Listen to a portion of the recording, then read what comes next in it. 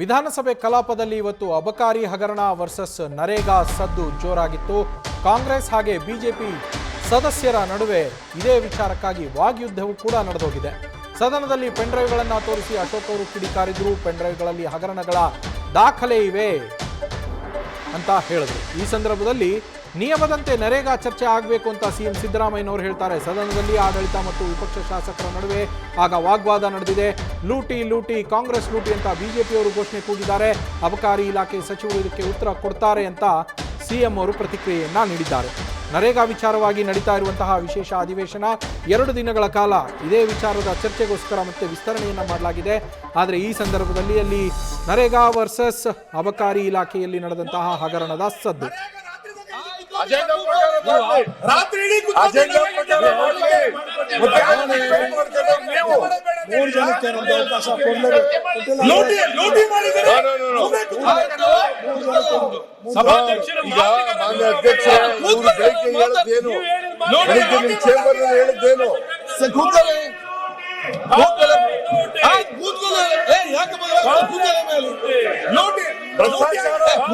ಭ್ರಷ್ಟಾಚಾರಿಗಳು ಅಂತ ಕರೆಯೋದು ನಿಮ್ಗೆ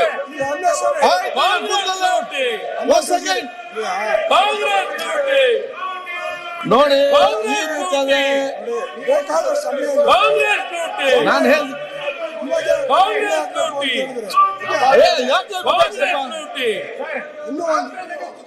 ನರೇಗಾ ಬಗ್ಗೆ ಚರ್ಚೆ ಮಾಡ್ಲಿಕ್ಕೆ ಅಜೆಂಡಾ ಪ್ರಕಾರ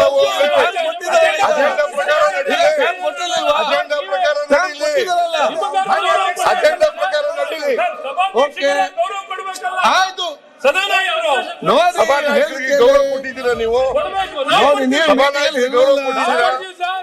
ಸಭಾನಾಯಕರಿಗೆ ಗೌರವ ಕೊಟ್ಟಿದ್ದೀರಾ? ಸಭಾನಾಯಕರ ಮನೆಯಲ್ಲಿ ರೂಮ್ ನಲ್ಲಿ ಏನ್ ಚರ್ಚೆ ಆಯ್ತು? ಅಲ್ಲ ಸರ್, ಈಗ ಸಭಾನಾಯಕರು ನೀವು ಇರ್ಲಿಲ್ಲ. ಅಶ್ವಥ್ ನಾರಾಯಣ್ ನೀವು ಇರ್ಲಿಲ್ಲ. ಬೆಳಿಗ್ಗೆ ಏನ್ ಚರ್ಚೆ ಆಯ್ತು ಅನ್ನೋದು ಸರಿ ಇಲ್ಲ. This is not correct Sunil, this is not correct.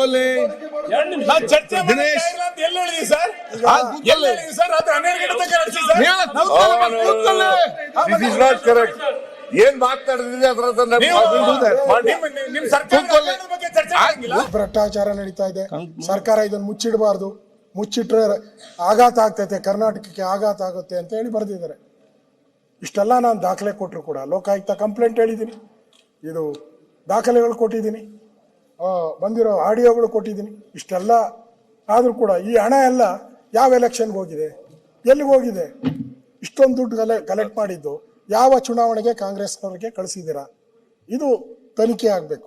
ಅದಕ್ಕೋಸ್ಕರ ನಾನು ಆಗ್ರಹ ಮಾಡ್ತಾ ಇದ್ದೀನಿ, ಅದಾಗೋವರೆಗೂ ಕೂಡ ಮಂತ್ರಿಗಳು ರಾಜೀನಾಮೆ ಕೊಡಬೇಕು. ರಾಜೀನಾಮೆ ಕೊಟ್ಟು ಈ ಎಲ್ಲದನ್ನ ತನಿಖೆ ಮಾಡಬೇಕು.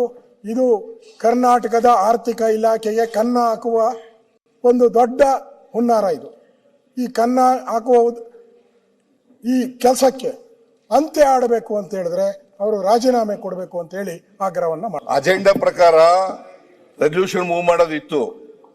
ಅಜೆಂಡಾ ಪ್ರಕಾರ ಮಧ್ಯದಲ್ಲಿ ನೀವೆಲ್ಲ ರಿಕ್ವೆಸ್ಟ್ ಮಾಡ್ಕೊಂಡದ್ಮೇಲೆ ಪ್ರಸ್ತಾಪ ಮಾಡ್ತೀವಿ ಅಂತ ಹೇಳಿದ್ಮೇಲೆ ಇಡೀ ದಿನ ಎಲ್ಲ ಇದನ್ನೇ ಮಾಡಿದ್ರೆ 23ನೇ ತಾರೀಕು ನಾವು ನಿಲುವಳಿ ಸೂಚನೆ ಕೊಟ್ಟಿದ್ದು. ನೀವು ಅದನ್ನ 16 ಬೇರೆ ಪ್ರಶ್ನೆ ಕನ್ವರ್ಟ್ ಮಾಡಿ ಬಂದ್ರು ಮಾತಾಡಕ್ ಆಗಿರ್ಲಿಲ್ಲ. 3 ಜನ ಮಾತಾಡಿ ನೀವು ಎಷ್ಟು ದಿನ ಕೊಡ್ಲಿ, ನೀವು ಎಷ್ಟು ದಿನ ಕೊಡ್ಲಿ, ಅಜೆಂಡಾ ಪ್ರಕಾರ ನಡಿ. ನೀವು ಮಾಡಿರೋ ಭ್ರಷ್ಟಾಚಾರ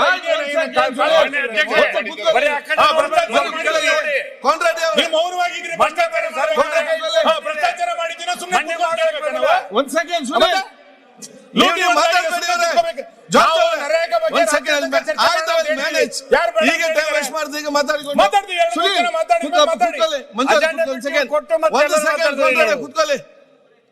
ತಾವೇ ರೂಲಿಂಗ್ ಕೊಟ್ಟಿದ್ರೆ ಕೊಡಿ ಮಾತಾಡಿ ಅಂದ್ಬಿಟ್ಟು ಪುನಃ ವಾಪಸ್ ತಗೊಂಡ್ರಂಗೆ.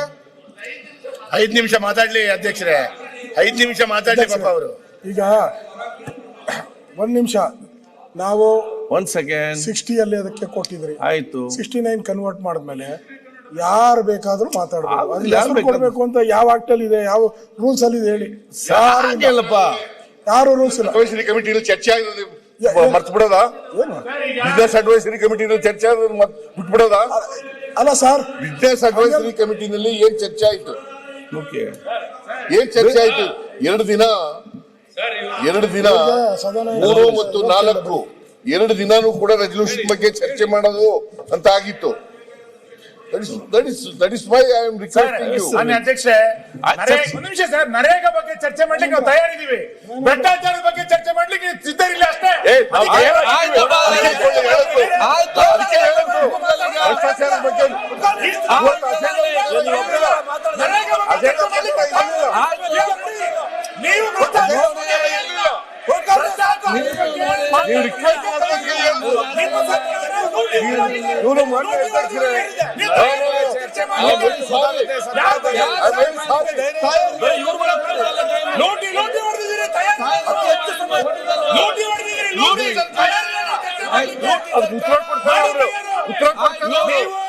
ಉತ್ತರ ಕೊಡ್ತಾರೆ. ಚರ್ಚೆ ಮಾಡಿ ಅಜೆಂಡಾ ಪ್ರಕಾರ ಮಾಡಿ. ನ್ಯೂಸ್ ಫಸ್ಟ್ ನಿರ್ಭೀತಿಯಿಂದ ನಿಮ್ಮ ಪರವಾಗಿ.